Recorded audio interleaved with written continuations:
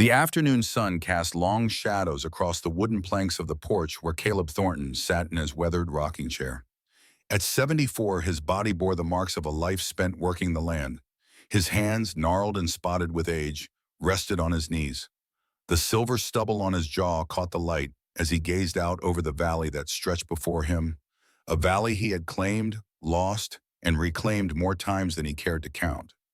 His grandson Daniel stood at the edge of the porch, a city boy of 16 in a pressed shirt and clean trousers that had no business on a working ranch. The boy held a book in his hands, some thick volume about modern agriculture that meant nothing out here, where the old ways still held. "Can you fix a fence, boy?" Caleb's voice carried the rasp of decades, but the authority in it remained undiminished. Daniel shifted his weight, uncomfortable. "No, sir, I never learned." Caleb's jaw tightened. He looked at this young man who carried his blood, but knew nothing of the sweat and sacrifice that had built the ground beneath their feet. "Your generation doesn't know how to work with your hands anymore. Everything's machines and books." The boy moved closer, perhaps sensing the weight behind his grandfather's words. "Who taught you, Grandpa? How to do all this?" The old man's eyes drifted to the horizon where the Sangre de Cristo Mountains rose like ancient sentinels. For a long moment, he said nothing. The wind whispered through the cottonwood trees his wife had planted nearly 40 years ago. When he finally spoke, his voice had changed, softened by memory and loss. "A woman taught me. The woman who showed me how to live again after I'd already died inside." Daniel's curiosity sharpened. He set the book down and came to stand beside the chair. "Grandma, but you never talk about her." Caleb closed his eyes. Behind his lids, he could still see her face, young and fierce, standing on that auction block, with her chin raised despite the rope burns on her wrists. "Because the story hurts, Daniel. After all these years, it still hurts. But you need to hear it. You need to understand what makes a man worth being called a man." The boy settled onto the porch step, his city polish forgotten. "Tell me." Caleb drew a long breath, and when he exhaled, it was as if he released 38 years of holding that story close to his chest. "It was November of 1882. I was 36 years old, and I'd been dead for 7 years. Walking, breathing, working, but dead all the same." The rocking chair creaked as he leaned back. His eyes remained closed, and when he spoke again, his voice carried the weight of a much younger man speaking from the depths of memory. "The morning it happened, I woke up like every other morning. Checked my guns, checked the doors, counted the horses. I lived like a man, expecting an attack that never came. But I couldn't stop preparing for it. That's what guilt does to you, boy. It turns you into a ghost in your own life." Daniel waited, sensing that interruption would break whatever spell had taken hold of his grandfather. "I hadn't been to town in 6 months. Didn't want to see people, didn't want to hear their voices or their pity. But Bella, one of my horses, she went lame. Needed medicine. So I rode into Arroyo Ford that day, telling myself I'd be in and out before anyone noticed." The old man's lips curved in something that wasn't quite a smile. "But God or fate or whatever you want to call it had different plans, because that was the day I saw her. That was the day I saw Ayita." He opened his eyes then, and they were bright with tears that refused to fall. And everything changed. The rooster's crow came at 4:30, as it always did, cutting through the pre-dawn darkness with mechanical precision. Caleb Thornton's eyes opened before the sound finished, his hand moving instinctively to the Colt revolver on the table beside his narrow bed. He listened, the wind against the cabin walls, the soft shuffle of horses in the corral. Nothing else. No footsteps, no voices, no danger. He sat up slowly, his back protesting the hard floor where he'd slept for the past 7 years. The bed remained made, untouched. He couldn't bring himself to sleep in it, not after Samuel. The floor felt like penance, and penance was what he deserved. The cabin was cold. November in New Mexico territory brought frost that settled in the bones and stayed there. Caleb pulled on his boots, the leather cracked and worn, then reached for his coat. Before anything else, before coffee or food or warmth, he checked the Winchester rifle mounted above the door. Loaded, 15 rounds. He ran his fingers along the barrel, checking for rust, finding none. This ritual had become as necessary as breathing. He opened the door and stepped into the darkness. The sky above held the last stars of night, fading against the approaching dawn. Caleb's eyes scanned the yard, moving in the practiced pattern he'd developed. Left to right, near to far, looking for anything out of place. A broken branch, a disturbed patch of dirt, any sign that someone had come in the night. Nothing. The corral held 4 horses. Dakota, his riding stallion, stood alert, ears forward. Bella, the old mare, favored her right front leg. Thunder and Rain, the 2 geldings, dozed near the fence. Caleb counted them as he did every morning, needing the confirmation that they were all still there, all still safe. He walked the fence line, checking each post, each rail. 3 posts showed damage from termites. He'd need cedar to replace them, which meant $2 he didn't have. The water trough was low. That meant an hour of hauling buckets from the well. The hay supply in the small barn looked thin. Another expense coming that he couldn't afford. His father's pocket watch showed 5 o'clock when Caleb finally allowed himself to go back inside and start the stove. The watch was a Waltham, made in 1846, the year of Caleb's birth. His father had carried it through the war, then given it to Caleb on his 18th birthday. "Keep time, boy," his father had said. "Time's all we got." Now his father was gone, buried next to Caleb's mother in the small cemetery outside town, and time felt like a burden rather than a gift. Caleb ground coffee beans by hand, the familiar motion soothing in its monotony. As the water heated, he stood at the window and watched the sun break over the eastern ridge. The light came slowly, painting the valley floor in shades of gold and amber. This land was harsh, unforgiving, but in moments like these, it held a beauty that caught in his throat. On the table beside the stove sat a photograph in a rough wooden frame. Samuel, at 14, grinning at the camera with all the confidence of youth. Next to it lay a letter sealed but never sent, addressed to no one because there was no one left to send it to. Caleb had written it 3 years ago, trying to put his guilt into words, trying to apologize to a ghost. He'd never opened the envelope, never read what he'd written. Some confessions were too painful to revisit. The coffee finished brewing. Caleb poured himself a cup and sat at the table, his back to the photograph because looking at Samuel's face this early in the morning made the day impossible to start. He drank slowly, letting the bitter heat wake his body while his mind remained trapped in the past. 7 years. Samuel had been dead for 7 years, and Caleb still heard his brother's voice in the wind, still saw him in the corner of his vision, still reached out in the night to shake him awake before remembering there was no one there to wake. The guilt sat in Caleb's chest like a stone, heavy and cold. 29 years old he'd been, old enough to protect his little brother, old enough to stand up to 4 drunk men in a saloon. But he'd been scared. He'd watched them drag Samuel away, watched them bind his hands, watched them ride off into the darkness. And he'd done nothing. By the time he'd gathered the ransom money, by the time he'd ridden to the old depot where they'd told him to come, Samuel was already dead, hanged from a beam, 16 years old and dead because his older brother had been too much of a coward to fight. Caleb drained his coffee cup and stood. Dwelling on it changed nothing. Samuel was gone. The men who killed him had been caught and hanged themselves, which should have brought satisfaction, but only brought more emptiness. And Caleb was still here, still breathing, still waking up each morning to face another day of penance. He checked his financial situation with the same grim routine he applied to everything else. $127 in a tin can under the floorboard. He'd earned it selling 2 horses over the summer. He needed $200 to make it through winter. Food, hay, basic supplies. The numbers didn't work. They never worked. But he'd survived worse.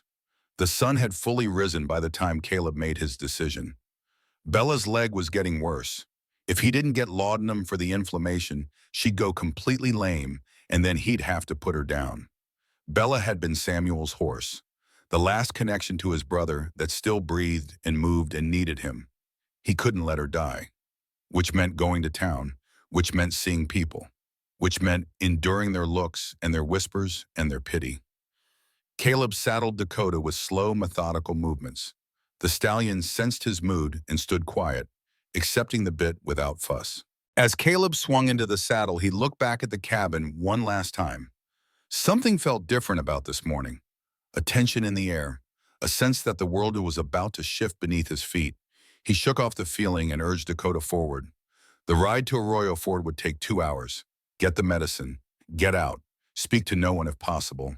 Be back before dark. As he rode away from the ranch, the sun at his back and the trail ahead stretching toward the mountains, Caleb Thornton had no idea that by nightfall, he would no longer be alone. That by nightfall, he would have spent every dollar he owned. That by nightfall, the dead man he'd been for 7 years would take his first real breath. The town appeared on the horizon shortly after noon, a collection of weathered buildings squatting in the valley like a scar on the landscape. Arroyo Ford had never been much. 300 souls, give or take, clustered along a single main street that connected to the Santa Fe Trail 20 miles north.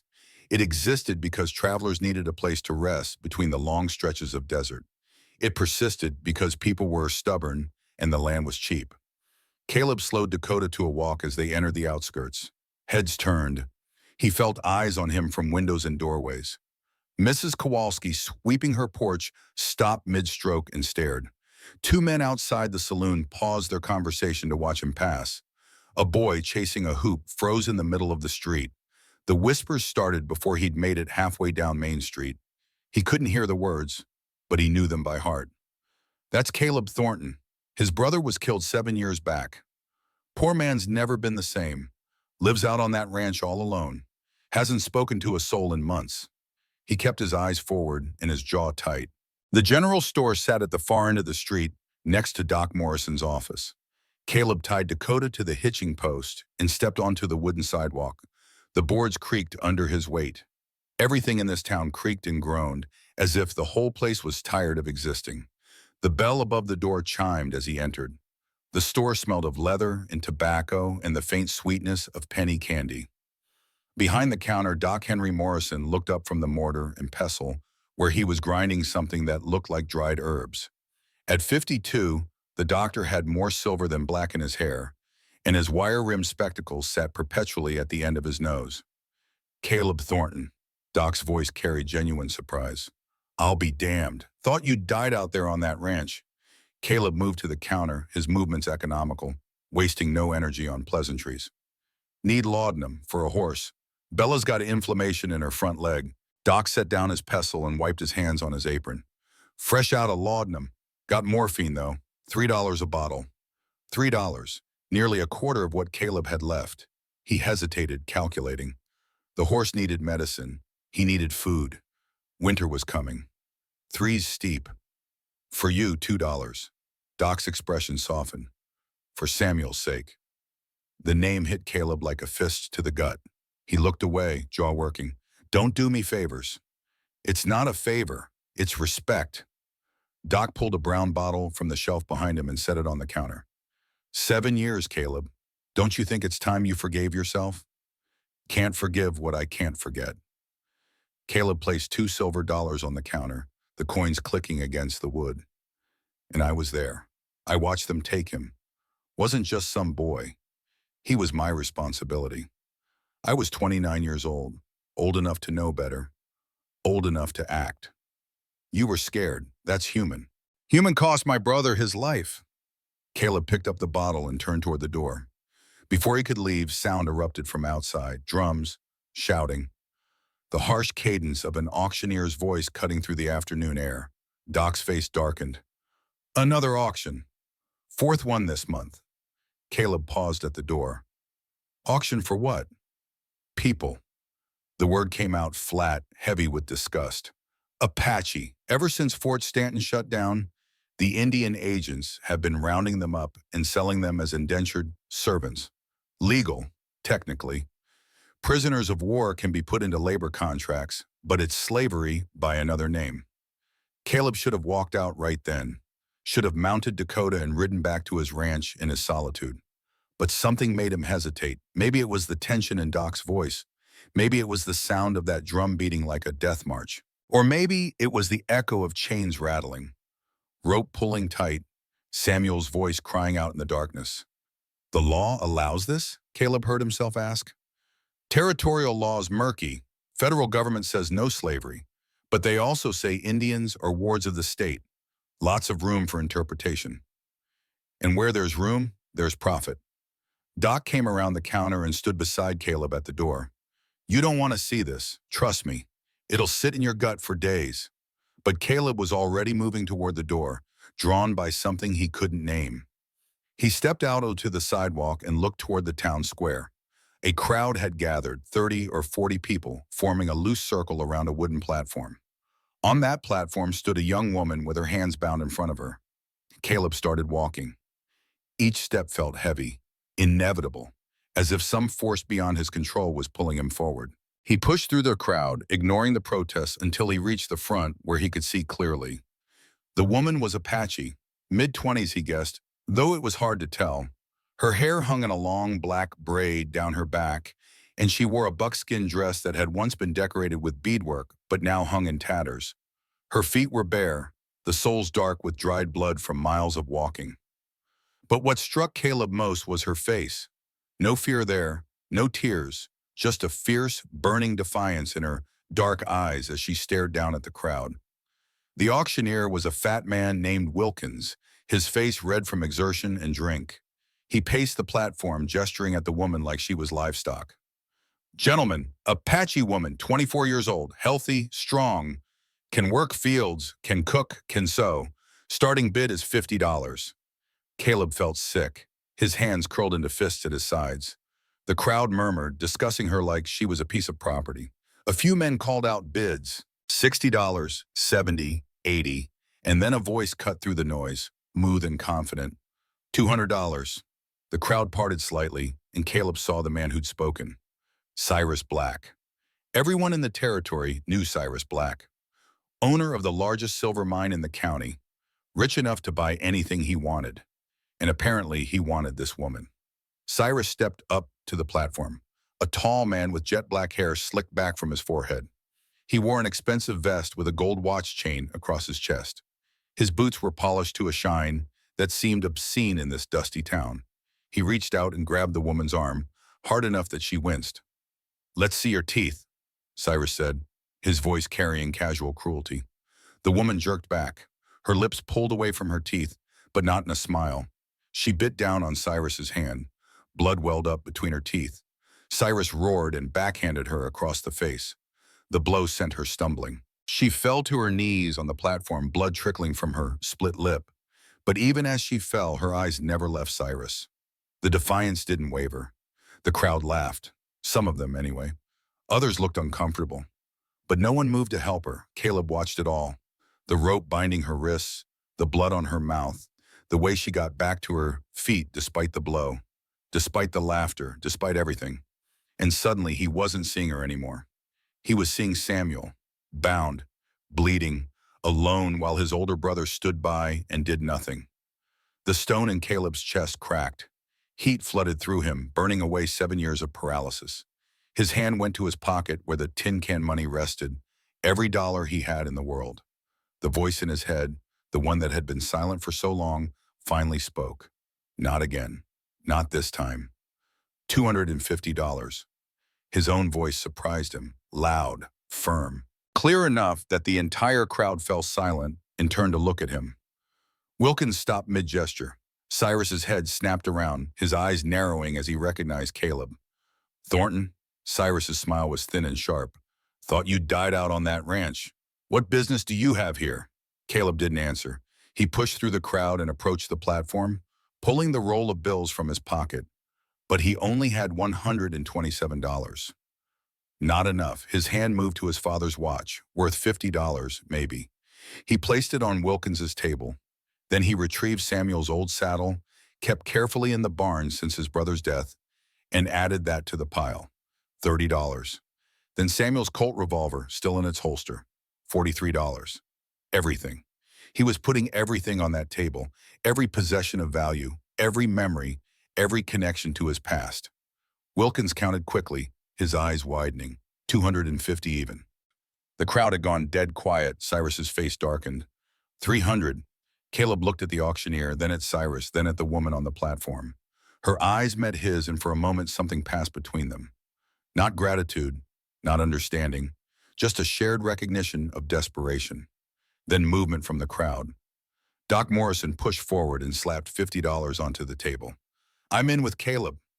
Thomas Webb, an older farmer Caleb knew only by reputation, added $20. Me too. Sarah Webb, Thomas's wife, placed $10 beside her husband's money. And us. More came.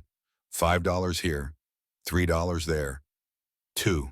People Caleb barely knew coming forward with their coins and bills, building a pile on that table. The general store owner added $7.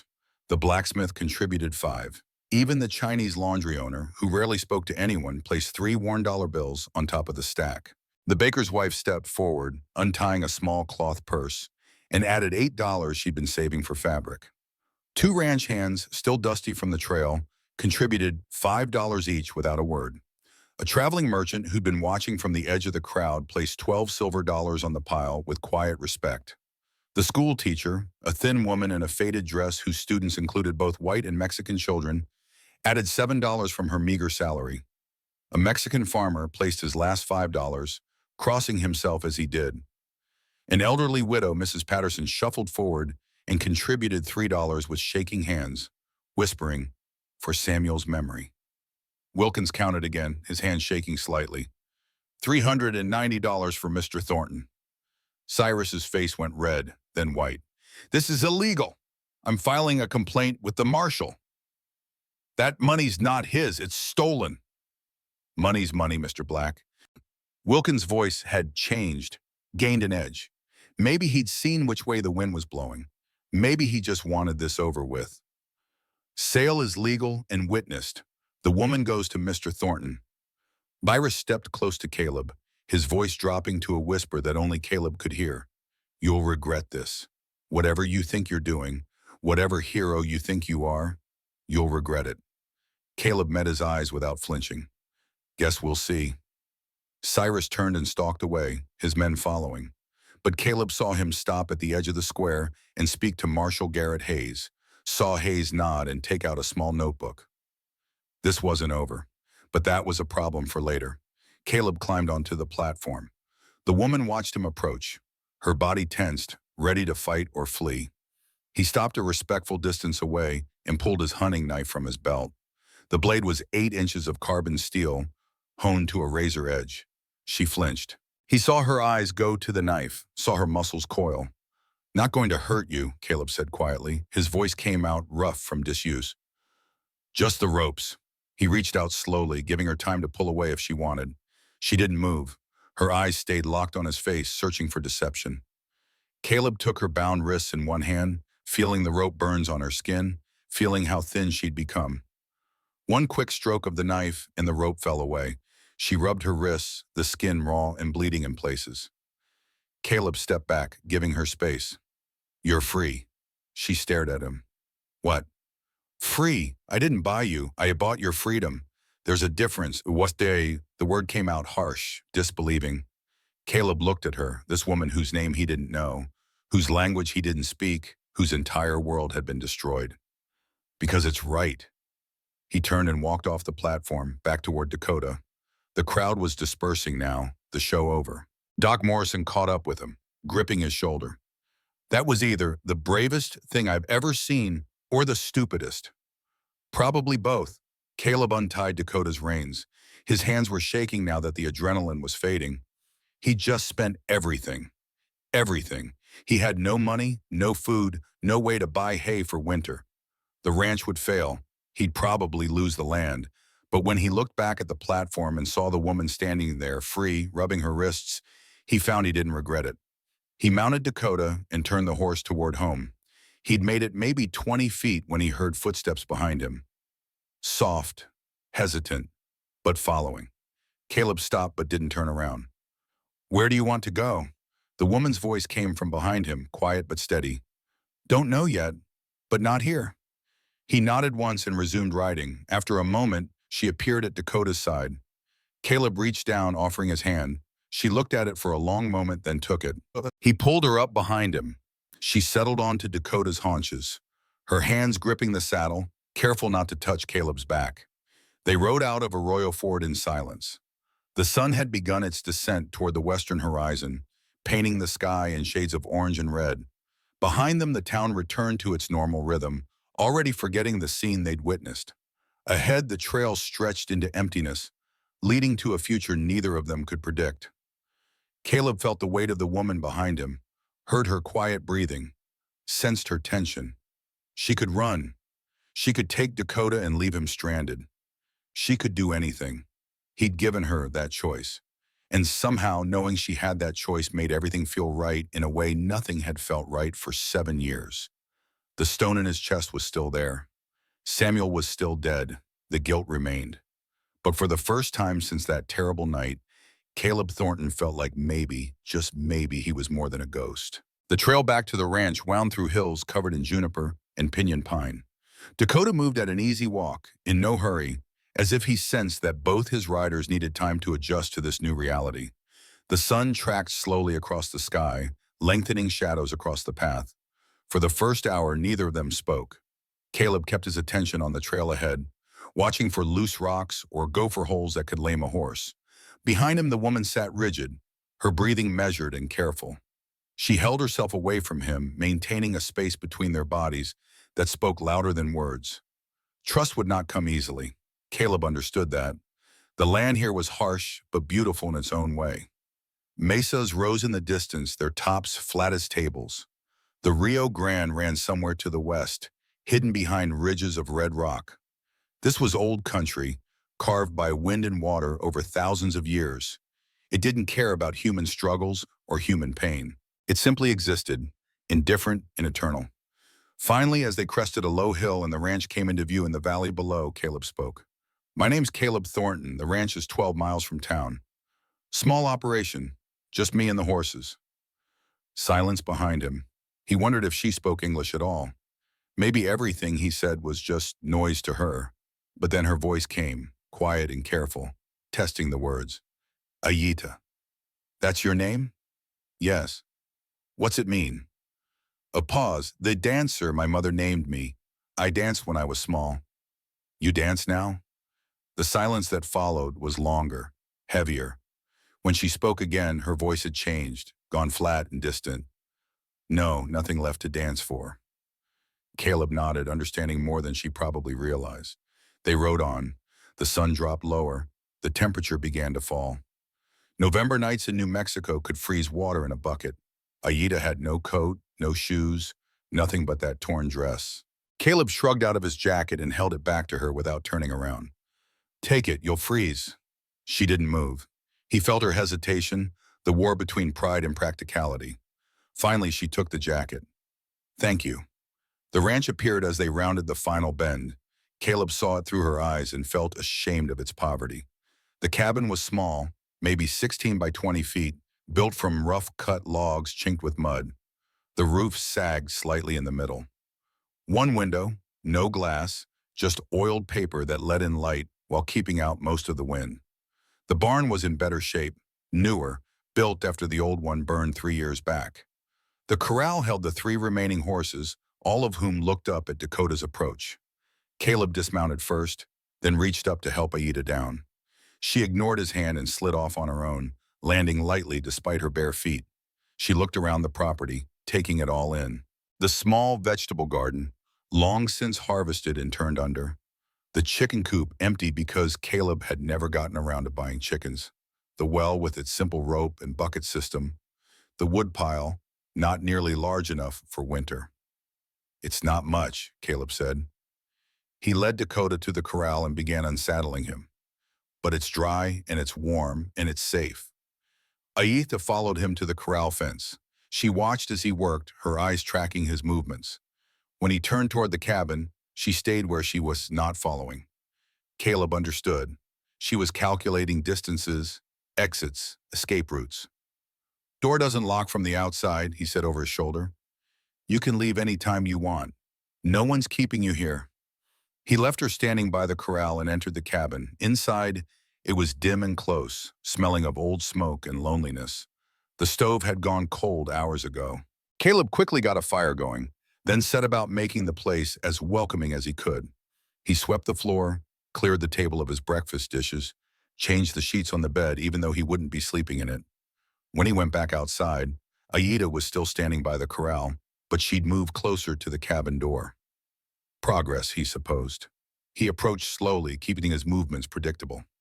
There's food inside. Venison stew from 2 days ago. It's still good. There's a bed. You can sleep there. I'll sleep outside on the porch. She looked at the open cabin door, then back at him. Why should I trust you? No reason, but you're here and it's getting dark and cold, and the nearest town is 12 miles away. So your choices are limited. He paused, choosing his words carefully. I'm not going to force you to do anything. Not come inside, not stay, not leave. Whatever you decide, it's your decision. Aida studied his face for a long moment. Caleb held himself still, letting her look, letting her see whatever she needed to see. Finally, she took a step toward the door. Then another. At the threshold, she paused again, 1 foot inside, 1 foot out, ready to bolt at the first wrong move. Caleb stayed where he was. I need to take care of the horses.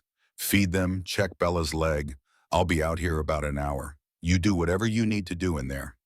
He walked to the barn, deliberately turning his back on her, showing trust even if she couldn't return it yet. Inside the barn, he leaned against a stall and let out a breath he didn't know he had been holding. What had he done? He had no money. He had a woman who had every reason to hate and fear men like him. He had no plan, no idea how this would work. But when he thought about leaving her on that platform, about walking away and letting Cyrus Black take her to his mine where she'd work until she died, Caleb knew he'd made the only choice he could live with. Right or wrong, smart or stupid, it was done. He spent the next hour caring for the horses. He checked Bella's leg, applied some of Doc Morrison's morphine to the inflamed joint, wrapped it in clean cloth. The mare nickered softly, appreciating the relief. Dakota and the two geldings got extra oats, a small celebration for their role in the day's events. By the time Caleb finished and walked back to the cabin, full darkness had fallen and stars dusted the sky like salt spilled across black velvet. Light showed through the cabin's window. Caleb paused on the porch, gathering himself, then pushed open the door. Aida sat at the table, a bowl of stew in front of her. She'd eaten most of it. The desperate hunger was obvious in the way she held the spoon, the way her eyes kept darting to the pot on the stove as if calculating whether there was enough for seconds. Caleb had left out only one bowl, meaning to eat later, but seeing her, he was glad he had. There's more in the pot, he said. All of it's yours if you want it. She looked at him, suspicion warring with need. You don't eat? I ate this morning. I'm fine. A lie, but a small one. He'd survived on less. Caleb moved to the corner of the cabin where his bedroll lay. He picked it up along with a blanket. I meant what I said. You take the bed. I'll be on the porch. It's cold outside. I've slept in worse. She set down her spoon. I'm afraid to sleep alone in a strange place. The admission surprised him. It was the first moment of real vulnerability she'd shown. Caleb looked at the bed, then at the floor near the stove, then back at Aida. I could sit by the door, inside but not close. Would that help? She considered this, then nodded once. Caleb spread his bedroll on the floor near the door, as far from the bed as the small cabin allowed. He settled down with his back against the wall, his rifle across his lap, facing away from her to give her privacy. Behind him, he heard the soft sounds of her moving to the bed, the creak of the rope frame, the rustle of blankets. Caleb, her voice in the darkness, small and uncertain. Yeah, thank you. He closed his eyes, feeling the weight of those words. Don't thank me yet. Tomorrow you might regret staying. No, her voice was firmer now. Whatever happens tomorrow, tonight I'm safe. That's more than I've had in 3 years. Caleb wanted to ask about those 3 years, wanted to know her story, her pain, how she'd ended up on that auction block. But it was too soon. So he just said, Sleep, Aida, I'll keep watch. He heard her breathing slowly even out, falling into the rhythm of sleep. But Caleb stayed awake, watching the door, watching the window, watching for anything that might threaten the fragile peace they'd found. His mind wouldn't settle. He kept seeing Cyrus Black's face, kept hearing the threat in his voice. This wasn't over. Men like Cyrus didn't accept defeat gracefully. Hours passed. The fire in the stove burned down to coals. The temperature dropped. Caleb's legs cramped and his back ached, but he didn't move, didn't want to risk waking Aita. She needed rest. God knew how long it had been since she'd slept without fear. Somewhere past midnight, she cried out, a short, sharp sound of distress. Caleb turned to look and saw her thrashing in the bed, caught in nightmare. He wanted to go to her, to wake her, to offer comfort, but he stayed where he was. She hadn't given him permission to touch her, to come close, so he just spoke into the darkness. Aita, you're safe, just a dream. You're safe, dear Aya. She quieted after a moment, rolling onto her side, her breathing steadying. Caleb turned back to face the door. Outside, a coyote called in the distance. The horses shuffled in the corral. The stars wheeled overhead in their ancient dance. And in that small cabin in the middle of nowhere, two broken people tried to believe that maybe, somehow, they could be safe together. Dawn came cold and clear, the kind of morning that makes breath visible and fingers numb. Caleb woke before first light, as he always did, his internal clock immune to the exhaustion that weighed down his bones. He'd slept maybe 3 hours, dozing fitfully between bouts of watching the door and listening for sounds that didn't belong. Aida still slept. He could hear her breathing, soft and even, from the bed across the room. Moving quietly, Caleb rolled up his bedding and stepped outside, closing the door with barely a whisper of sound. The ranch lay silent in the pre-dawn gray. Frost glittered on the fence posts and roof of the barn. Caleb's breath plumed as he walked the perimeter of the property, his eyes scanning for signs of disturbance.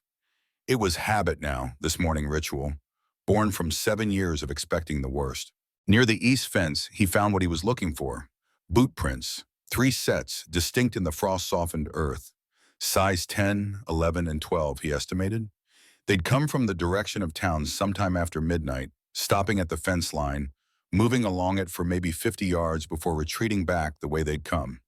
Caleb knelt, examining the prints more closely. Beside 2 sets of boot marks, cigarette butts lay scattered. 6 of them. The men had stood here for some time, watching, waiting, studying the cabin and barn, counting horses, assessing defenses. His jaw tightened. Cyrus Black. Had to be. The man hadn't accepted defeat after all. Caleb stood, his hand going instinctively to the Colt at his hip. But shooting shadows wouldn't help. These men had stayed outside the property line, hadn't actually trespassed. And they'd left before dawn, probably figuring Caleb would discover their presence once the sun came up. This was a message. We know where you are. We're watching. We can come back any time. He decided not to tell Aita. Not yet. She had enough fear without him adding to it. But from now on, he'd keep the Winchester closer. Sleep lighter. Watch more carefully. The sun crested the eastern ridge as Caleb finished his inspection and headed to the barn. The horses greeted him with soft whickers. Bella's leg looked better this morning, the swelling reduced. Small mercies. He fed all 4 horses, then hauled water from the well, his muscles protesting the cold and the work. When he returned to the cabin, smoke rose from the chimney. Aida had woken and started the fire. Caleb paused on the porch, giving her time to hear his approach, to prepare herself. Then he opened the door. She stood by the stove, her back to him, his jacket still wrapped around her shoulders over the torn buckskin dress. She'd found the coffee and was attempting to brew a pot, though she clearly wasn't familiar with the process. Water first, Caleb said gently, then the grounds. She looked back at him, embarrassed. I don't know how to make coffee the white way. We had our own drinks, herbs and roots. Different. I'll show you. He moved to the stove, careful to approach from an angle where she could see him coming. Together they made the coffee, his hands guiding hers through the process without actually touching her. The intimacy of it surprised him. This small domestic moment felt more profound than it should have. While the coffee brewed, Caleb put together a simple breakfast. Cornmeal mush with a bit of honey. Not much, but it would fill their bellies. They ate in companionable silence, sitting at opposite ends of the small table. What happens now? Aida asked after a while. Her English was better than he'd initially thought, only slightly accented. Now? Caleb considered. Now we figure out how to live. I've got work to do around the ranch. Fences to fix, wood to chop, horses to train. You can help if you want, or you can rest, or you can leave. Your choice. And food, money, winter is coming. He appreciated her directness. We'll manage. Always have. You have no money left. You spent it all yesterday. I know what I spent. So we will starve? Caleb looked at her across the table. Her face showed no judgment, only practical concern. I can hunt. We've got dried beans and cornmeal that'll last a while. I can hire out to other ranches for day work if needed. We won't starve. I can work too. I know plants, medicine plants. I can gather, prepare, sell. That'd help. He paused. But Aida, you don't owe me anything. You understand that? Her dark eyes met his. I understand. But if I stay, I work. I'm not a burden. Before he could respond, the sound of hoofbeats came from outside. A single rider approaching fast. Caleb stood, his hand going to his gun. Stay inside. He stepped onto the porch just as Doc Morrison reined his horse to a stop in the yard. The doctor looked agitated, his normally calm face creased with worry. Caleb, we need to talk. Come in, coffee's hot. Doc dismounted and followed Caleb inside. He nodded politely to Aida, but his attention stayed fixed on Caleb. I came to warn you. Cyrus Black is causing trouble. He went to Marshal Hayes last night, filed a complaint. Says you stole property that rightfully belonged to him. Caleb poured Doc a cup of coffee, his movements deliberate and calm despite the anger building in his chest. I didn't steal anything. I bought her fair and square in a legal auction. That's the problem. Doc accepted the coffee but didn't drink. Wilkins, the auctioneer, left town right after the sale. Rode out that same evening. No one knows where he went. And without Wilkins, there's no one to verify the sale was legitimate. 30 people saw it happen. Witness testimony against a written complaint from a man as rich as Cyrus Black? Doc shook his head. It's not that simple. The law here is complicated. When you bought Aida, technically you bought the right to her indentured servitude. That's a contract. To free her legally, you need to file manumission papers with the territorial court in Santa Fe. Aida had been listening silently. Now she spoke up. What are manumission papers? Doc turned to her, his expression sympathetic. Legal documents that prove you've been freed from servitude. Without them, in the eyes of the law, you're still bound by the original indenture contract. How much do these papers cost? Caleb asked. $25 filing fee. Plus you'll need a lawyer to file them properly. That's another $50 to $100. And it takes 4 to 6 weeks for the court to process. Caleb did the math in his head. $75 to $125. Money he absolutely did not have. And if I don't file them, then Cyrus can claim you're illegally holding his property. He can get Marshal Hayes to retrieve her. Hayes would do that? Anger sharpened Caleb's voice. Just take her? Hand her over to Cyrus? Hayes is a good man, but he follows the law. If Cyrus presents a legal claim and you can't counter with legal papers, Hayes will have no choice. Doc finally took a sip of his coffee. There's one other option. It's not ideal, but it would protect her. What option? Doc looked between them, clearly uncomfortable. Marry her. If she's your wife, no one can claim ownership. Marriage supersedes indentured servitude in territorial law. The words hung in the air like smoke. Caleb felt his face flush. Beside him, Aida had gone very still. That's not, Caleb started, then stopped, not sure how to finish. I know what you're thinking, Doc said quickly, but it wouldn't have to be a real marriage. Just a legal one. I'm a justice of the peace. I can perform the ceremony, file the certificate. It would give her protection under the law. Aida stood abruptly and walked to the window, her back to both men. Caleb watched her rigid posture, the tension in her shoulders. I need to think about this, Caleb said quietly. We both do. Doc nodded and stood. Don't think too long. Cyrus is pushing hard. I'd say you have maybe 2-3 weeks before Hayes comes out here with a warrant. He set his empty cup on the table. I'll do whatever I can to help, Caleb. You did a brave thing yesterday. Don't let it be for nothing. After Doc left, Caleb and Aida stood in silence. Finally, she turned from the window. In my culture, marriage is sacred, not just paper.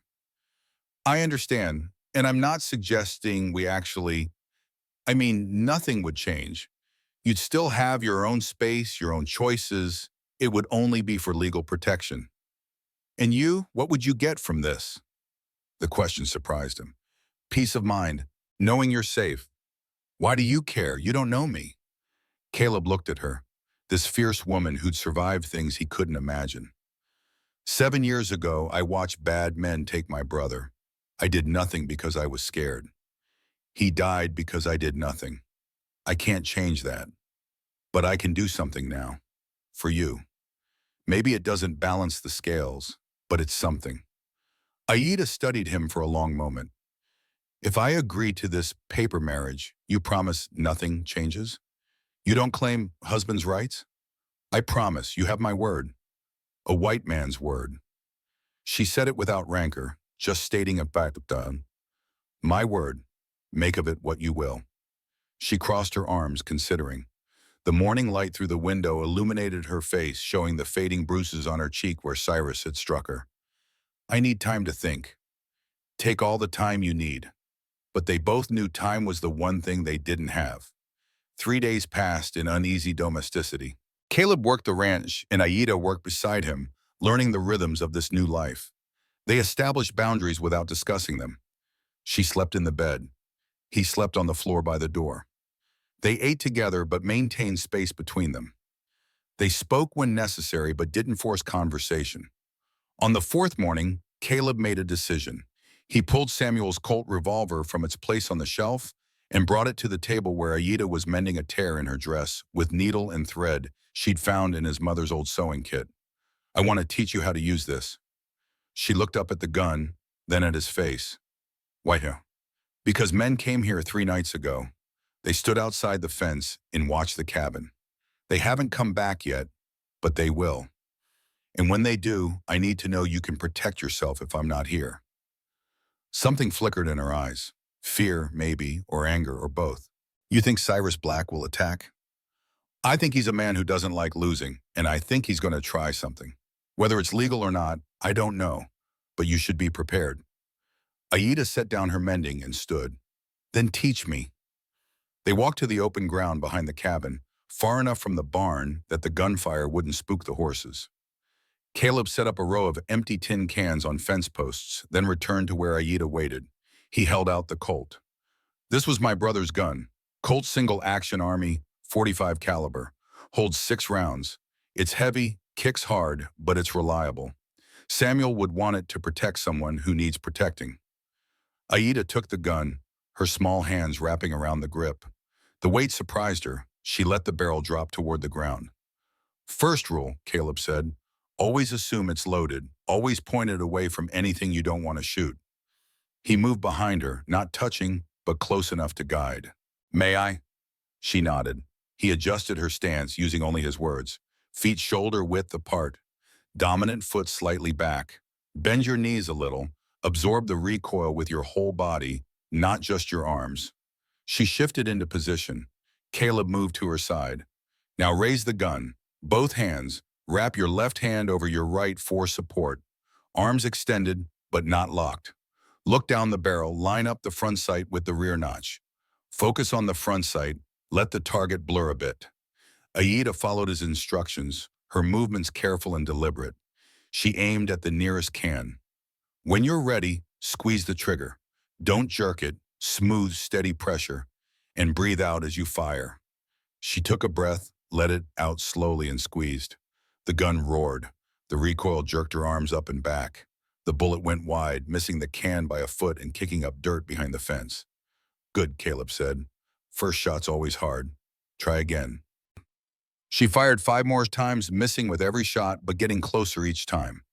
Caleb talked her through each attempt, offering corrections, encouragement. On the 7th shot, she finally clipped the edge of a can, sending it spinning off its post. Aida lowered the gun, a small smile touching her lips. It was the first time Caleb had seen her smile. It transformed her face, made her look younger, less haunted. I hit it? You did. Natural talent, maybe. My brother taught me to shoot. Long time ago, before the soldiers came. The smile faded. He said every Apache should know how to fight. That knowledge was survival. Your brother sounds like he was smart. He was. He died defending our village when the cavalry attacked. He told me to run, so I ran." Her voice had gone flat again. "I've been running ever since." Caleb understood that particular guilt, that survivor's shame. Running is surviving.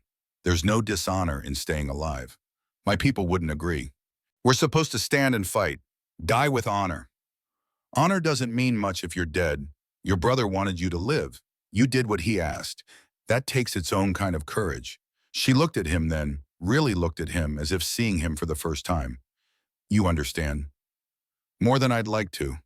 They spent another hour practicing. Aida proved to be a quick study. By the time they'd gone through 3 boxes of ammunition, she could hit a can more often than not at 30 feet. Her hands had blisters from the recoil, and her arms trembled with fatigue, but she'd kept going, determined to master this skill. As they walked back to the cabin, Aida spoke without looking at him. "I've decided about the marriage." Caleb's heart kicked against his ribs. "And? I'll do it. Not because I trusted all white men, but because I trust you a little. Enough. It's just paper, just legal protection. I know, but if we do this, I need you to understand something." She stopped and turned to face him. "In Apache culture, promises are sacred. Words have power. Even if this is fake marriage on paper, it's real promise between us. You promise to protect me without demanding things in return. I promise to be honest with you, to work beside you, to not betray your trust. These things mean something. They do to me too." "Then we agree. When can we do this?" "I'll ride to town tomorrow, talk to Doc, maybe the day after." But as they entered the cabin, both of them knew that making it legal wouldn't make her truly safe. Papers could be challenged, marriages could be annulled. The only real safety would come from standing their ground when Cyrus Black came calling. Caleb rode Thunder to Thomas Webb's ranch before dawn, the cold biting through his coat. He hated doing this, hated needing help, but pride was a luxury he couldn't afford. Thomas met him in the yard, his weathered face creasing with concern when he saw Caleb's expression. "Need to sell a horse," Caleb said without preamble. "Thunder here. He's 6 years old, well-trained, good with a plow, doesn't spook at gunfire. I need $50. Thomas walked around the gelding, checking teeth, hooves, legs. 50's steep for a working gelding. "He's worth it, and I'm desperate. You know I wouldn't ask if I wasn't." Thomas studied him. "This about that Apache girl?" "Her name's Aida, and yes, we're getting married. Need money for the filing fee and supplies." "Married? Thomas's eyebrows rose. "Caleb, you barely know her." "It's complicated, legal reasons mostly, but I need the money." Thomas was quiet for a moment, then nodded. "I'll give you 40. That's all I can spare with winter coming. But Sarah and I will help however else we can." 40 would have to do. They shook on it, and Thomas counted out the money. As Caleb pocketed the bills, Sarah emerged from the house, wiping her hands on her apron. "Did I hear right? You're marrying that poor girl?" "Yes, ma'am." Sarah's face broke into a warm smile. "Then we're coming to the ceremony. And I'm baking a poem. No arguments. Every wedding needs a bashbai." The kindness in her voice made Caleb's throat tight. "Thank you, both of you." He rode back with $40 in the knowledge that he had allies, however few. Doc Morrison met him at the cabin that afternoon, bringing the necessary documents and his official seal as Justice of the Peace. "The ceremony can be simple," Doc said, spreading papers on the table. "Just the legal words required by territorial law. We need 2 witnesses. I asked Thomas and Sarah Webb. They'll be here shortly." Aida emerged from the bedroom area wearing the buckskin dress, but she'd cleaned and mended it as best she could. Sarah had given her a strip of blue cloth, which she'd woven into her braid. It was the closest thing to wedding finery she had. Caleb had put on his cleanest shirt and the vest his father had worn to town. It smelled of cedar and old tobacco, bringing memories he didn't have time to explore. The Webbs arrived as the sun reached its apex. They gathered in the small cabin, the 5 of them crowding the space. Doc stood by the table with his book of ceremonies. Caleb and Aida stood before him, awkward and uncertain. "We're gathered here in the eyes of the law and these witnesses," Doc began, his voice formal but kind. Marriage is a serious commitment, even when entered into for practical reasons. Caleb Thornton, do you take Aida as your lawful wife to provide for and protect according to territorial law? I do. Caleb's voice came out stronger than he felt. Aida, do you take Caleb Thornton as your lawful husband to honor and stand beside? She met Caleb's eyes, and he saw the fear there, but also determination. I do. Doc smiled. Then by the power vested in me by the territory of New Mexico, I pronounce you husband and wife. The law recognizes this union as of this day, November 18th, 1882. There should have been a kiss, Caleb supposed. But instead, they just stood there, bound by law, if not by love, while Doc filled out the marriage certificate with careful handwriting. When he finished, they each signed. Caleb's signature was practiced and neat. Aida's was a careful X, her first mark on a legal document as a free woman. Sarah brought out the pie she'd baked, and they shared it with coffee. Thomas produced a bottle of whiskey, rare and precious, and poured small measures for everyone except Aida, who politely declined. They toasted to the couple's health and future, the words feeling strange given the circumstances. After the Webbs and Doc departed, Caleb and Aida stood alone in the cabin, married in the eyes of the law, but strangers in every way that mattered. Nothing changes, Caleb said quietly. The paper makes you safe, that's all. I know, but it's strange, isn't it? To be married and not married at the same time. Yeah, it is. They fell into silence. Outside, the wind picked up, rattling the window. Winter was coming hard and fast. They'd need more wood, more supplies, more of everything they couldn't afford. Caleb, Aida said after a while, Doc said I need to earn money, to prove I'm free, not indentured. How do I do that? He'd been thinking about this. You said you know medicinal plants. Sarah Webb mentioned she needs help with their kitchen garden. I could hire you out to neighbors. $5 a month, maybe. We split it. You keep some for yourself. Some goes to the household. We keep records. Show you're a paid worker, not a servant. That could work, but Cyrus will challenge this marriage. He'll say it's not real because I wasn't free when we signed the papers. Let him try. We'll prove it's real. We're building a life here, together. That's more real than most marriages I've seen. 3 days later, Marshal Garrett Hayes rode into the yard, accompanied by a younger deputy. Caleb saw them coming and stepped out onto the porch, rifle in hand, but pointed at the ground. Aida stayed inside, watching through the window. Hayes dismounted with the careful movements of a man trying to appear non-threatening. At 47, he'd been marshal for 15 years, and it showed in the way he carried himself. Authority without aggression. Caleb Thornton, Marshal. I need to speak with you and the Apache woman. Official business. Her name is Aida, and she's my wife now. Hayes's expression flickered with something. Surprise, maybe, or respect. May I see the certificate? Caleb went inside and returned with the document. Hayes examined it carefully, checking Doc Morrison's signature, the date, the official seal. Finally, he handed it back. This appears to be in order. However, I've received a complaint from Cyrus Black. He claims the marriage is fraudulent, that you married her solely to circumvent the law regarding indentured servitude. I married her to protect her. That's not fraudulent. The law might see it differently. Hayes shifted his weight. Here's the situation. Black has hired a lawyer from Santa Fe. They're filing a motion to have the marriage annulled on the grounds that Aida wasn't legally free at the time of the ceremony. If they succeed, she reverts to her previous status as indentured servant, and Black can claim her. Caleb's grip tightened on his rifle. That's not going to happen. Easy. Hayes raised a placating hand. I'm not here to arrest anyone. I'm here to inform you that you have 30 days to prepare a legal defense. Black's lawyer is good. You'll need to prove the marriage is legitimate and that Aida is living as a free woman. Employment records, witness testimony, evidence of her making independent choices. Gather everything you can.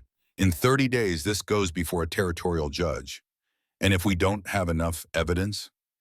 Hayes's face was grim. Then I'll have no choice but to enforce the court's ruling. I don't like it, Caleb. What you did at that auction was the right thing. But the law doesn't always care about right and wrong.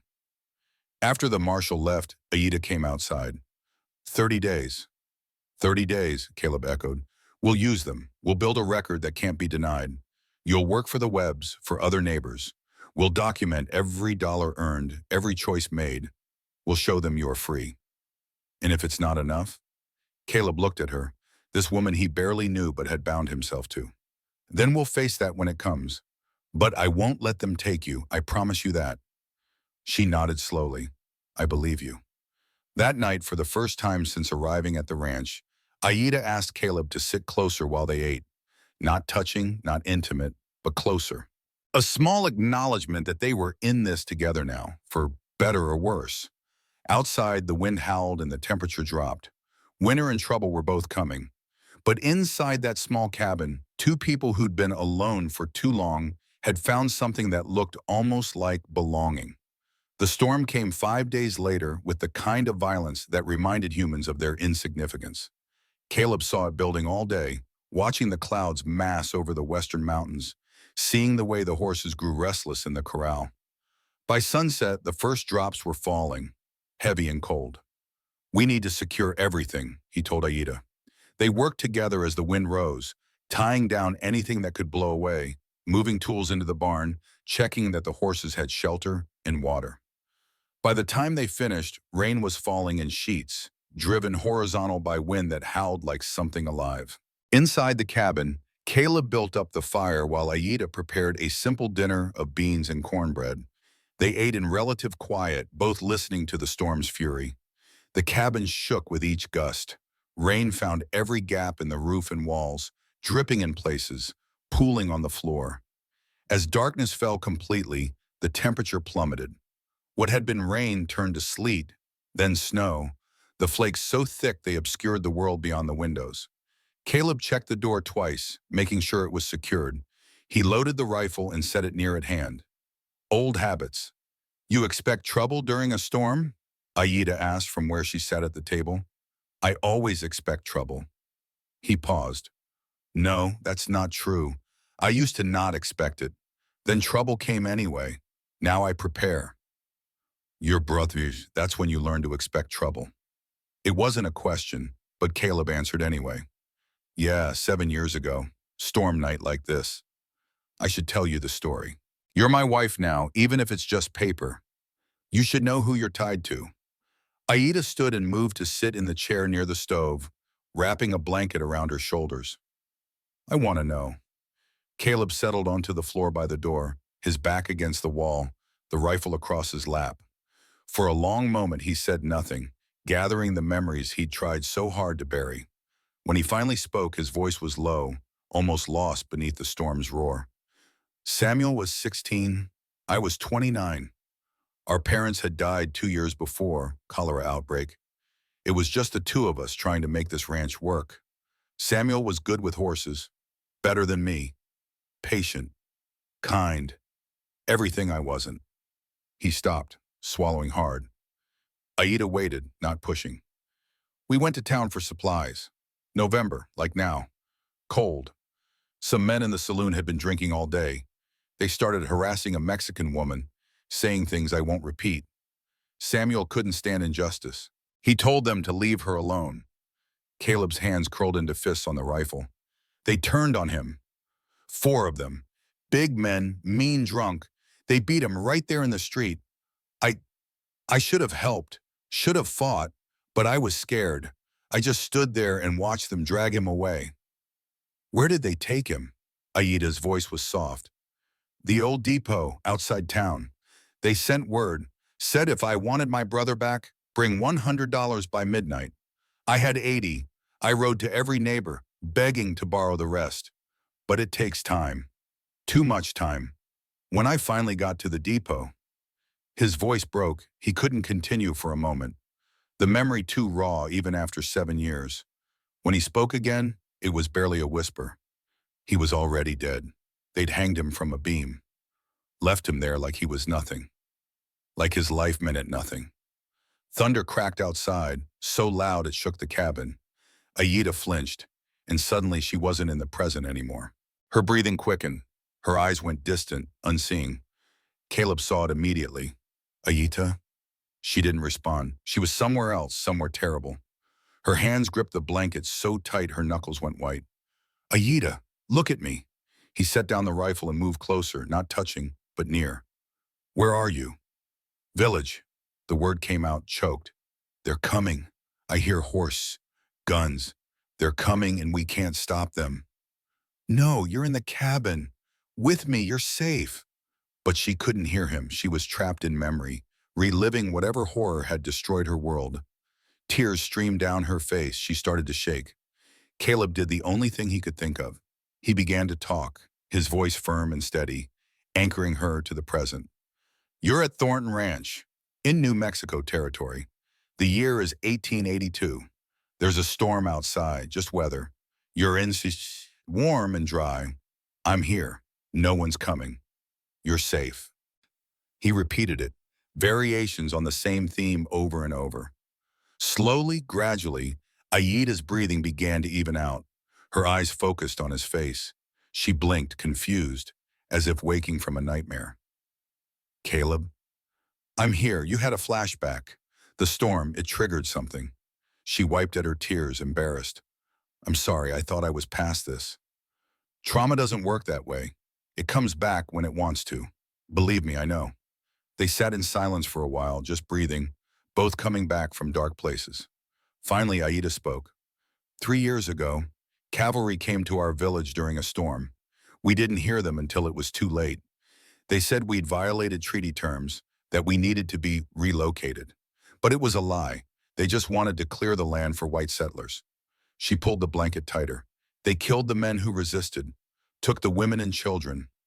My brother told me to run, to hide in the rocks.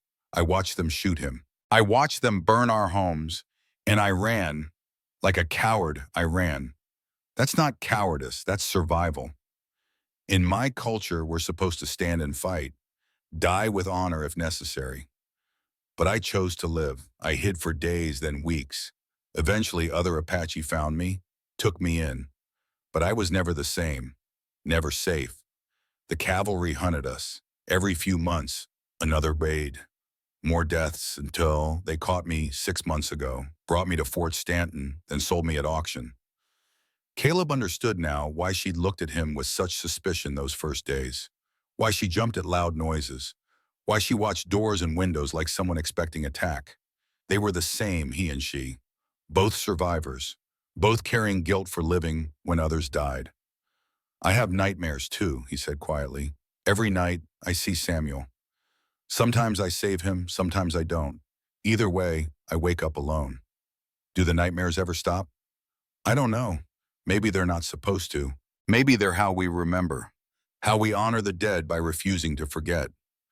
Outside, the storm reached its peak. Wind tore at the cabin walls. Something crashed in the yard, probably a loose board or bucket. The horses whinnied, frightened but safe in the barn. And inside, 2 damaged people sat together in the firelight, sharing the weight of their past. Can I tell you something? Aida asked. Something true? Of course. Last night when the storm started, I was afraid to sleep, afraid the nightmares would come. But tonight, knowing you're here, knowing you understand, I think maybe I can rest, even in the storm. Caleb felt something shift in his chest. The stone of guilt that had lived there for 7 years cracked a little more. I'll stay awake. I'll keep watch. You try to sleep. You need rest too. I'll rest after you do, I promise. Aida stood and moved toward the bed, then paused. Caleb, thank you for telling me about Samuel, for understanding about my brother, for not thinking less of me because I ran. I could never think less of you. You're one of the strongest people I've ever met. She smiled, small and sad, then lay down on the bed fully clothed, pulling the blankets up. Caleb returned to his spot by the door, rifle across his lap, watching the shadows and listening to the storm. Hours passed, the wind eventually eased, the snow tapered to flurries. And in that small cabin, Aida slept without nightmares for the first time in 3 years, while Caleb kept his vigil, finally understanding that maybe protecting someone else could begin to heal the wound of failing to protect Samuel. When dawn came, pale and cold, they woke to a world transformed by snow. Everything was white and clean and new. They made coffee in silence, standing at the window together, watching the sun paint the landscape in shades of gold and silver. 25 days left, Aida said. 25 days, Caleb agreed. We'll make them count. And for the first time since this strange journey began, he believed they might actually survive what was coming. The trail to Santa Fe stretched ahead of them like a thread pulling them toward judgment. 28 days had passed since Marshal Hayes issued his warning. 28 days of gathering evidence, collecting testimonies, preparing their defense. Now, on the 29th day, Caleb and Aida rode together toward the territorial courthouse, carrying everything they'd built in a leather satchel strapped to Dakota's saddle. The morning had started clear and cold, the kind of day that promised easy traveling.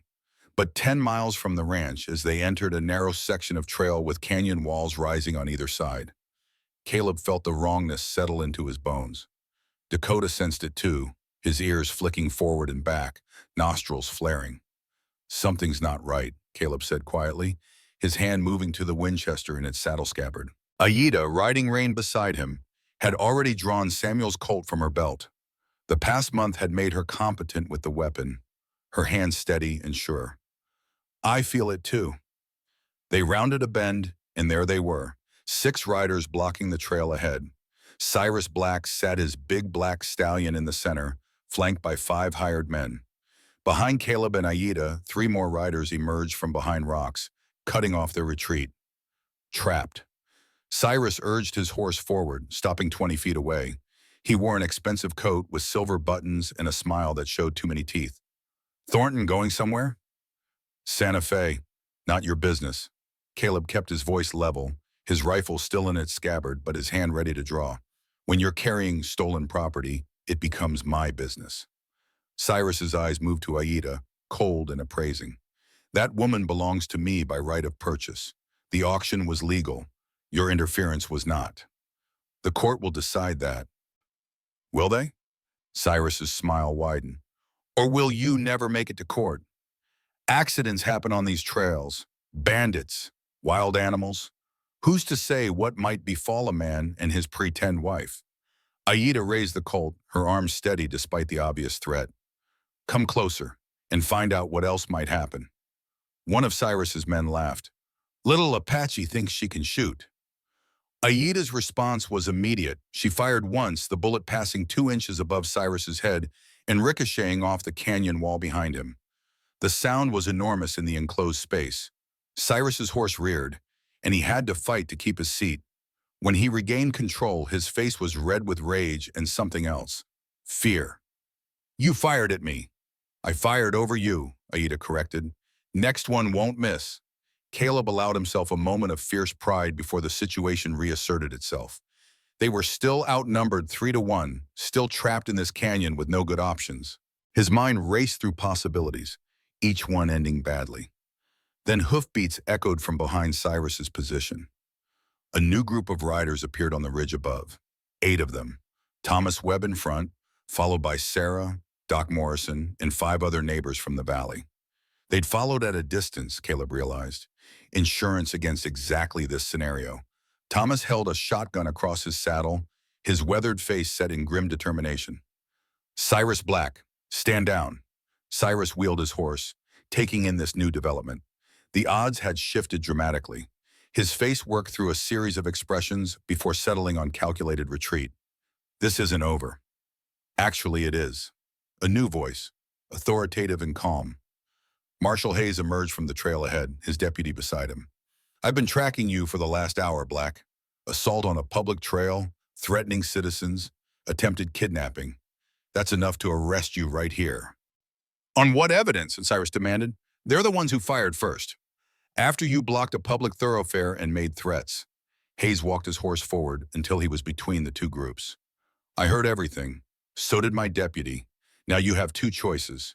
Ride away peacefully, or I arrest you and your men right now, your call. For a long moment, Cyrus sat motionless, fury radiating from him like heat. Finally, he jerked his horse's head around. See you in court, Thornton. And when the judge rules in my favor, there won't be a marshal or a mob of farmers to protect you. He rode off, his men following. The 3 riders who'd blocked the rear trail melted into the rocks. Silence settled over the canyon, broken only by the sound of horses breathing hard and saddle leather creaking. Hayes approached Caleb and Aida, his expression unreadable. You're lucky I was following, or that your neighbors were, or both. Thank you, Marshal. Caleb's heart was still pounding. We're grateful. Don't be grateful yet. You've still got to face that judge. And Cyrus is right about one thing. His lawyer is good, better than good.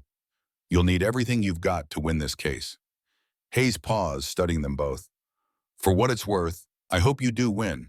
What you did at that auction, taking a stand when no one else would, that takes courage. Your wife here, shooting over Cyrus's head instead of through it when she had cause, that shows restraint and judgment.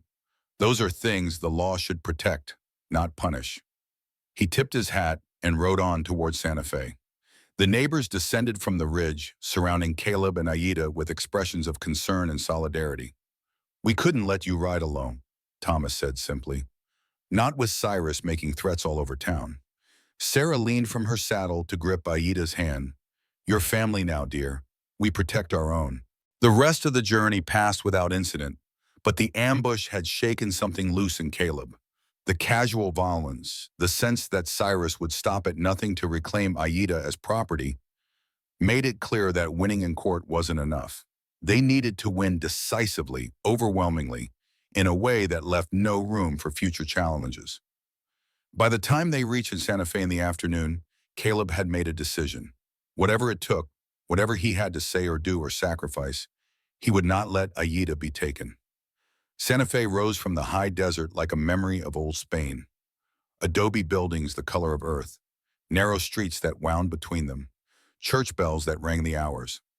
The territorial courthouse sat in the plaza, a two-story structure with thick walls and small windows, built to withstand both heat and attack. Inside, the courtroom was smaller than Caleb had expected. 40 wooden benches for spectators, a raised platform for the judge, a witness stand worn smooth by countless hands. The walls were bare except for a portrait of President Arthur and the territorial seal. Sunlight fell through high windows, illuminating dust motes that drifted like snow in still air. Caleb and Aida sat at one of two tables facing the judge's bench. At the other table sat Cyrus Black and his lawyer, a man named Whitmore, who wore an expensive suit and an expression of absolute confidence. Behind them, the benches filled with spectators. Word of the case had spread. Apache woman married to white rancher, indentured servitude challenged, property rights versus human rights. It had all the elements of a story people wanted to witness. The bailiff stood. All rise for the Honorable Judge Augustus Harlan. The judge entered through a side door. He was 58, silver-haired, wearing wire spectacles that caught the light. 20 years on the bench had given him an air of patient authority. He settled into his chair, arranged his papers, and looked out over the courtroom with eyes that missed nothing. Be seated. Case of Black versus Thornton regarding custody and status of one Apache woman known as Aida. Mr. Whitmore, you may present your argument. Whitmore stood with the smooth confidence of a man accustomed to winning. Your Honor, this case is straightforward. My client, Mr. Cyrus Black, legally purchased indentured servitude rights to an Apache prisoner of war at a sanctioned auction in Arroyo Ford. The purchase was witnessed, documented, and complied with all territorial laws regarding the treatment of Indian captives. He paced as he spoke, his voice carrying easily through the small room. Mr. Thornton interfered with that legal transaction, then compounded his interference by entering into a fraudulent marriage with the woman in question. This marriage was clearly designed to circumvent the law. The woman was not a free person at the time of the ceremony. Therefore, the marriage is invalid. Mr. Black simply wishes to reclaim what is rightfully his. Whitmore sat down, looking pleased with himself. Judge Harlan made a note, then looked at Caleb. Mr. Thornton, you're representing yourself? Caleb stood, feeling the weight of every eye in the room. He'd never been comfortable with attention, had spent 7 years avoiding it, but this moment demanded he step into the light. Yes, Your Honor, I can't afford a lawyer, but I can speak truth. Proceed. Caleb took a breath, forcing his voice steady. Your Honor, I did bid at that auction. I paid $390, every cent I had, plus money borrowed from neighbors. The auctioneer accepted my bid. The sale was legal and witnessed by 30 people. I didn't steal anything. I bought freedom. And the marriage, the judge prompted? The marriage was entered into for legal protection, yes, but that doesn't make it fraudulent. Aida and I chose to bind ourselves together. She was free to refuse. She chose to accept. That's what makes a marriage real, isn't it? Choice? Judge Harlan's expression didn't change. The question before this court is whether Miss Aida was legally free to make that choice at the time of the ceremony. Mr. Whitmore, your evidence? Whitmore produced documents, laying them out with practiced efficiency. The original auction record shows Mr. Black as the highest bidder at $200. There is no documentation of Mr. Thornton's supposed higher bid. The auctioneer, one Wilkins, has since left the territory and cannot be located. Without his testimony or written proof, there's no evidence the sale to Mr. Thornton ever occurred legally. Caleb felt cold wash through him. But 30 people witnessed it. Witness testimony is unreliable, Your Honor, Whitmore countered smoothly. Particularly when those witnesses are friends and neighbors of the defendant. They have reason to lie. I have the auction money, Caleb protested. People donated it. Doc Morrison, Thomas Webb, Sarah Webb, they can testify to donating money perhaps, but not to a legal transfer of property rights. Without documentation from the auctioneer, there's no proof of sale. Whitmore smiled, sensing victory. Therefore, the indentured servitude contract remains in effect. Miss Aida is still bound to Mr. Black's service. Her subsequent marriage is invalid, as she had no legal standing to enter into contracts. Judge Harlan turned to Aida. Miss Aida, do you have legal representation? She stood, her voice clear despite the fear Caleb could see in her eyes. No, Your Honor, I speak for myself. Very well. Do you wish to be returned to Mr. Black's custody? No. The word rang out like a bell. I am not property. I am a person. The law sometimes sees things differently than we might wish. Can you provide evidence that you're living as a free person, not as indentured servant to Mr. Thornton? Aida reached into her dress pocket and pulled out a small ledger. I work for neighbors. Sarah Webb pays me $3 a month for garden work. I keep records. I spend my money at the general store. I choose my work, my clothes, my food. These are not choices a servant makes. She handed the ledger to the bailiff, who passed it to the judge. Harlan examined it carefully, his expression thoughtful. These records appear genuine, but they only cover the past 4 weeks, Mr. Whitmore. 4 weeks of play acting doesn't erase the original legal status, Your Honor. My client has rights under territorial law. Those rights supersede any recent attempts to establish free status. The judge sat back, removing his spectacles to clean them. The courtroom held its breath. Finally, he spoke. This court will take a 1-hour recess to review the evidence and applicable law. We'll reconvene at 3 o'clock for my ruling. The gavel fell. Everyone stood as the judge departed. Caleb turned to Aida, seeing his own fear reflected in her face. Around them, the courtroom erupted in conversation. Doc Morrison pushed through the crowd to reach them. It's not over yet. The judge is fair. He'll see the truth. But Caleb wasn't sure. Without documentation of the auction, without proof of the sale, they were standing on sand, and the tide was coming in. The hours stretched like torture. Caleb and Aida sat on a bench outside the courtroom, surrounded by their neighbors but feeling utterly alone. Thomas tried to offer encouragement. Sarah brought water and fresh bread. Doc Morrison reviewed the testimonies they'd prepared from other neighbors, but none of it felt like enough. Cyrus Black stood across the plaza, smoking a cigar and talking with his lawyer.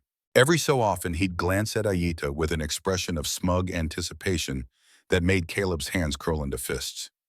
If we lose, Aida said quietly, I want you to know something. We're not losing. But if we do, I want you to know that these weeks with you have been the happiest of my life since my village was destroyed. You gave me back something I thought I'd lost forever. Dignity, choice, hope. Whatever happens, I'm grateful. Caleb looked at her, this woman who'd become so much more than a legal arrangement. Somewhere in the past month, between teaching her to shoot and sharing their nightmares and sitting together in companionable silence, she'd become essential. Not because she owed him, not because he'd saved her, but because she was fierce and kind and broken in ways that matched his own brokenness. "I won't let them take you," he said. "I don't care what the judge says. If he rules against us, we run. We go west, to California maybe, or north to Montana, somewhere they can't find us. That would make you an outlaw. Then I'll be an outlaw. Some things matter more than the law." Before she could respond, the bailiff appeared at the courthouse door. "Court is back in session." They filed back inside, taking their places. The room felt different now, charged with anticipation. Judge Harlan entered and everyone stood, then sat at his gesture. He arranged his papers with deliberate care, letting the tension build. "I've reviewed all evidence presented in the matter of Black versus Thornton. This case touches on fundamental questions of human rights, property law, and the meaning of freedom under territorial jurisdiction." He paused, looking at Cyrus, then at Caleb, finally at Aida. "The technical aspects of this case are complex. Mr. Whitmore is correct that without documentation from the auctioneer, there's no definitive proof of sale to Mr. Thornton. However, the testimony of multiple witnesses carries weight. More importantly, territorial law regarding indentured servitude of Apache prisoners must be balanced against federal law." Caleb's heart hammered. The judge's tone gave nothing away. The 13th Amendment to the United States Constitution, ratified in 1865, abolished slavery and involuntary servitude except as punishment for crime.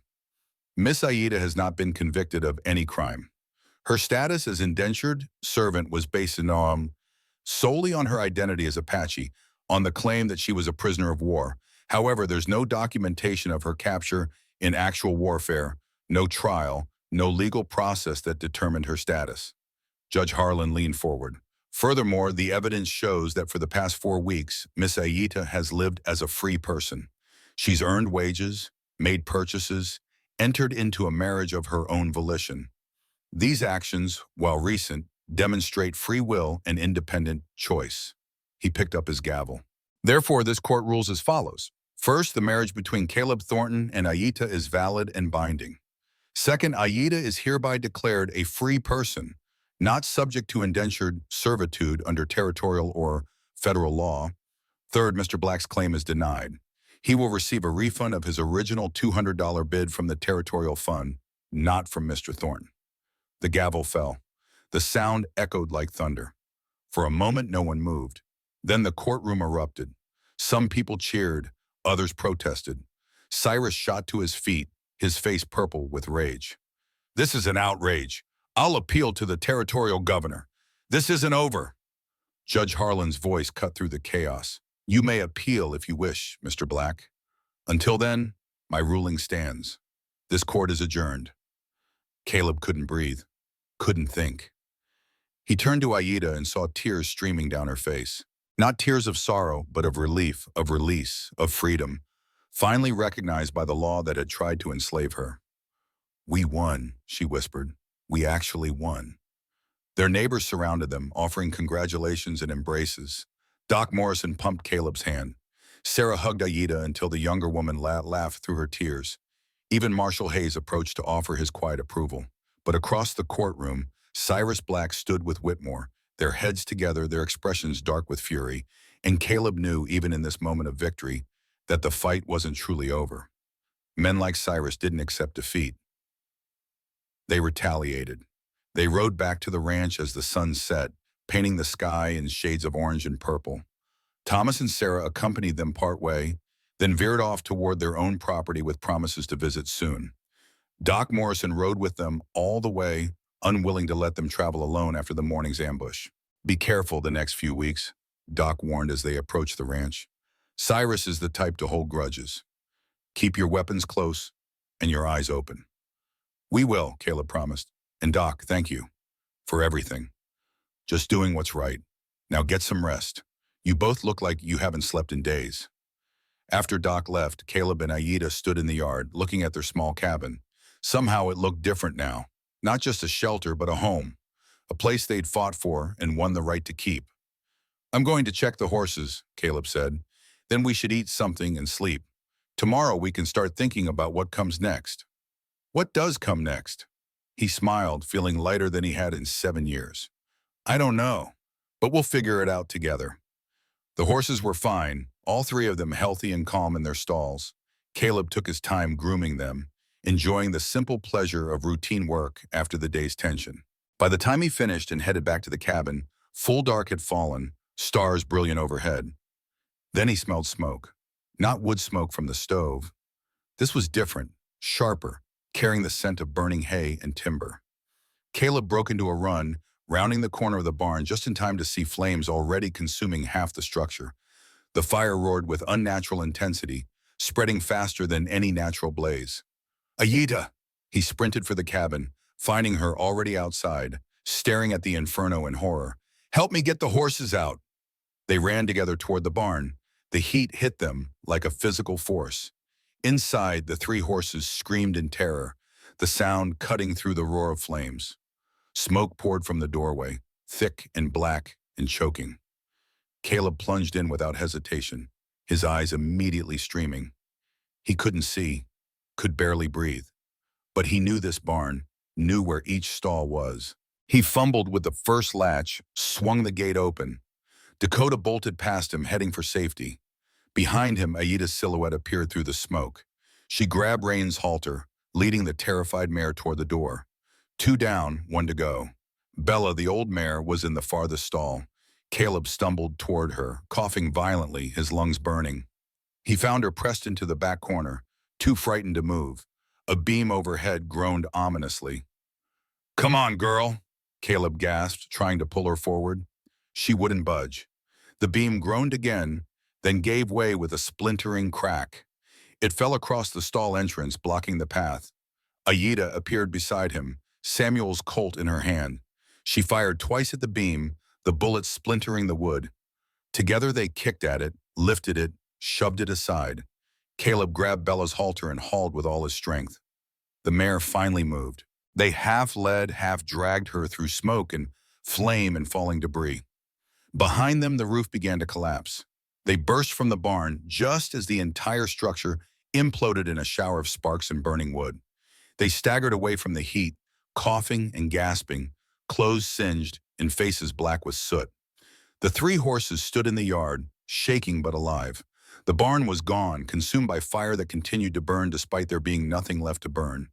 And then, from the darkness beyond the firelight, applause. Caleb spun to see Cyrus Black step into view, accompanied by 2 of his men. Cyrus held a torch, its flame dancing in the wind. His smile was cold and satisfied. "Impressive rescue," Cyrus said, "but futile. You've lost your barn, your hay, your tools. Winter's coming. How will you survive?" Rage, pure and hot, flooded through Caleb. He took a step forward. Aida's hand on his arm stopped him.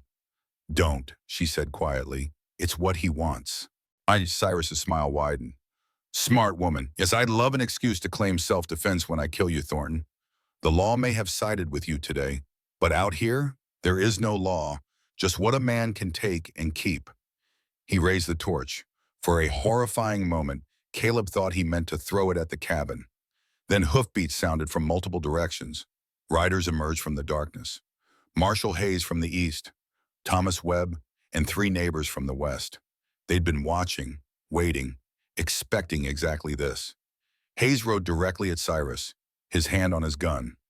"Cyrus Black, you're under arrest for arson and attempted murder." "You can't prove anything," Cyrus snarled.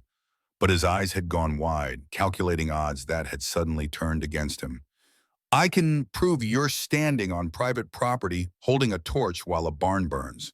I saw you with my own eyes. That's enough." Hayes nodded to his deputy. "Take him." Cyrus's men backed away, hands raised, wanting no part of whatever came next. The deputy dismounted and approached Cyrus with handcuffs. For a moment, Caleb thought the man might fight, might go for his gun.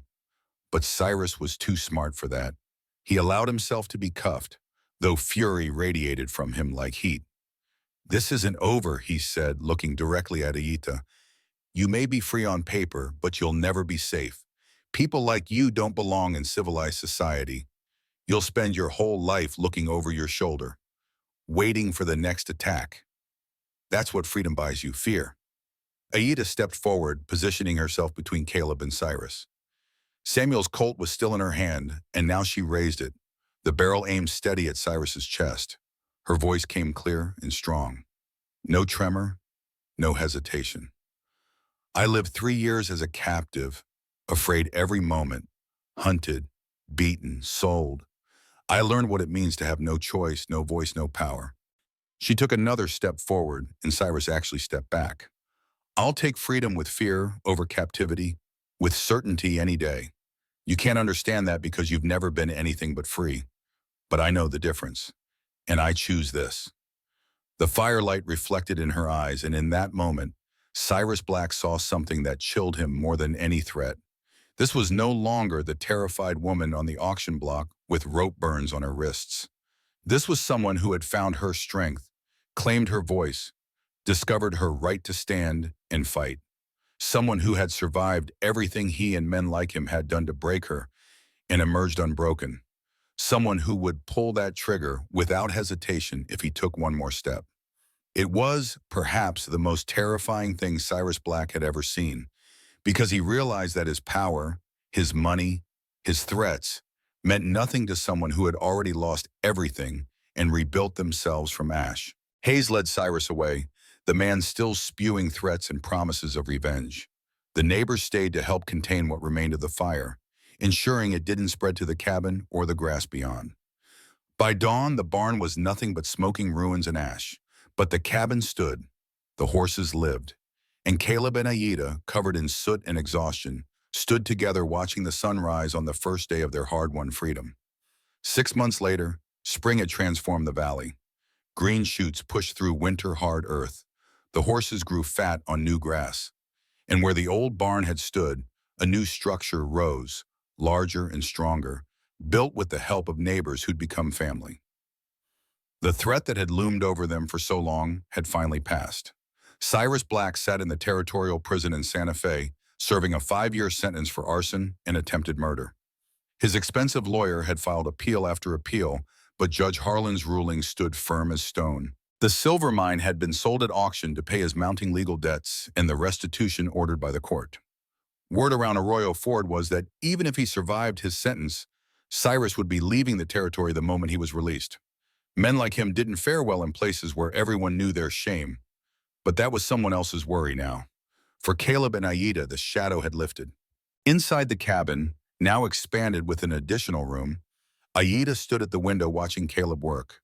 Her hand rested on the swell of her belly, 3 months pregnant with the child they'd created, not from obligation, but from love that had grown slowly, carefully, in the spaces between survival and hope. She hadn't told him yet, had been waiting for the right moment, wanting to be sure, wanting to feel ready. But watching him now, patient and steady as he worked the land that was truly theirs, she knew the moment had come. When Caleb came in for lunch, she met him at the door. He smiled, that rare expression that transformed his face, made him look younger than his 37 years. "What is it?" he asked, seeing something in her expression. "I have news, good news, I think, I hope." She took his hand and placed it on her stomach. "We're going to have a child." For a long moment, Caleb just stared. Then his face crumpled, tears spilling down his cheeks as he pulled her close. "Are you sure?" "Very sure, about 3 months, due in the fall. I'm going to be a father," wonder and terror mixed in his voice. "I don't know if I know how. What if I fail? What if I can't protect them?" Aida pulled back to look at him. "You protected me. You stood up when no one else would. You risked everything for a stranger. That's the man our child will have as a father. That's more than enough." They stood together in the doorway of their home, looking out over the land they'd defended and won. In the distance, Thomas and Sarah Webb's wagon appeared on the trail, bringing the weekly visit that had become tradition. Behind them, Doc Morrison's horse followed at an easy pace. Life here was still hard. Money remained tight. The law's protection felt fragile. But they had each other, had community, had hope. And soon they'd have a child, a bridge between Apache and Anglo cultures, a symbol that love could grow in even the harshest soil. That evening, they walked together to the small graveyard plot behind the cabin where Bella rested, and beyond her, the marker Caleb had placed for Samuel. Aida laid wildflowers on Bella's grave while Caleb knelt at his brother's marker. "Sam," he said quietly, I'm going to be a father. Wish you were here to meet them, to be their uncle. But I think you'd be proud of who I've become, of the family I'm building. I couldn't save you. That guilt will never fully leave. But I saved her, and she saved me. That has to count for something. Aida knelt beside him, adding her voice. Samuel, I never knew you, but I carry your gun, and I live in the home you helped build.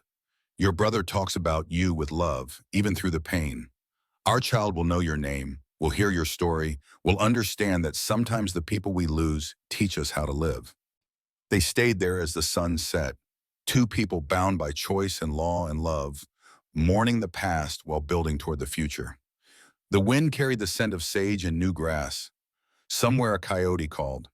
The stars began to emerge, constant and eternal. And in that moment, surrounded by land they had fought for, and graves they honored, and life they'd created, Caleb Thornton finally understood what freedom truly meant. Not the absence of fear or pain or struggle, but the presence of choice, the right to stand and fight for what mattered, the courage to love again after loss. He stood, helping Aida to her feet. Together, they walked back to the cabin, their shadows long in the fading light. Inside, they'd eat and talk and plan for the child coming. Tomorrow, they'd work and worry and watch the horizon for threats that might never come. But tonight, they were simply two people who'd found each other in the darkness and chosen to walk toward the light together. And that, Caleb thought, as he closed the door behind them, was enough. More than enough. It was everything. So that's how it began, old Caleb said, his voice rough with memory and age. The sun had moved across the sky during his telling, shadows lengthening across the porch where he sat with his grandson. Daniel was quiet for a long moment, processing everything he'd heard. Finally, he asked the question that had haunted the entire story. And Grandmama, what happened to her? Caleb's face softened with grief that 38 years hadn't diminished. The Spanish flu, 1918. She survived soldiers and slavery and fires and threats. But she couldn't survive that damn disease. She died holding my hand, telling me she had no regrets, that every hard day had been worth it for the life we built together. I'm sorry, Grandpa. I wish I could have known her. She would have loved you. Caleb looked at his grandson, seeing the future in this young man's face. That's why I told you this story, because you need to understand what it means to be a man. It's not about strength or money or never being afraid. It's about standing up when it matters, even when you're terrified. It's about treating people with dignity, especially those who can't fight for themselves. It's about choosing love over fear, action over paralysis. He stood slowly, his joints protesting, and walked to the edge of the porch. The ranch spread before them, over 1,000 acres now, built from that original 640. The barn, the third to stand on this spot, rose solid and proud. Horses grazed in fields that Caleb and Aida had cleared together. Your father, Caleb said, the baby Aida was carrying when this story ends. We named him Samuel Aida Thornton. He grew up speaking both English and Apache, learning both cultures, building bridges where there had been walls.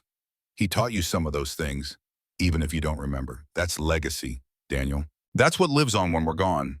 He pulled something from his pocket. Samuel's Colt revolver, polished and maintained even after all these years. This was my brother's. Then it was your grandmother's. She used it to defend our family more than once. Now it's yours. Daniel took the gun with reverent hands, feeling the weight of history and responsibility. I'll take care of it, honor it. Honor the people it protected. Honor the choices they made. And when the time comes for you to make hard choices, remember this story. Remember that while one person standing up can change everything.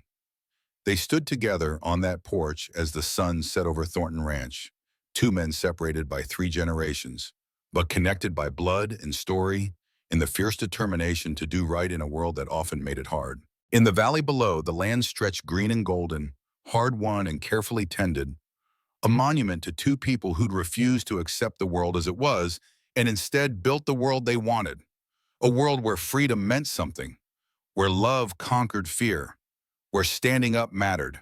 And in the failing light, if you look closely, you might have seen 2 figures walking hand in hand through the fields. One tall and weathered, moving with the careful strength of survival. One smaller but no less fierce, carrying herself with the dignity of someone who'd earned every step. Ghosts, maybe, or memories, or simply the eternal echo of love that outlasts death, justice that transcends law, and courage that builds legacies. The wind carried their voices, often sure, speaking words of hope to the generations yet to come.